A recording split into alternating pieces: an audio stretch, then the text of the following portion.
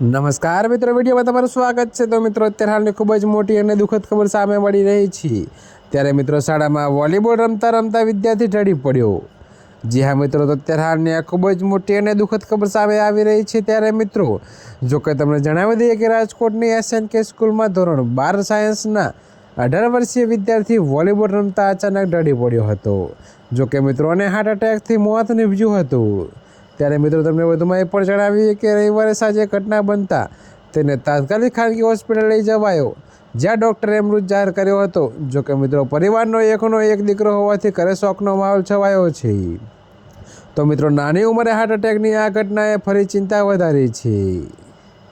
ત્યારે મિત્રો, તમને વધુમાં એ પણ જણાવી દઈએ કે જો કે મિત્રો, તો અત્યારે હાલ માટે આટલું જ। મળીશું નવી અપડેટ સાથે। અને જો તમને મારા વિડીયો પસંદ આવતા હોય તો વિડીયોને લાઇક, કોમેન્ટ, શેર અને અમારી ચેનલને સબસ્ક્રાઈબ કરવાનું ભૂલતા નહીં મિત્રો।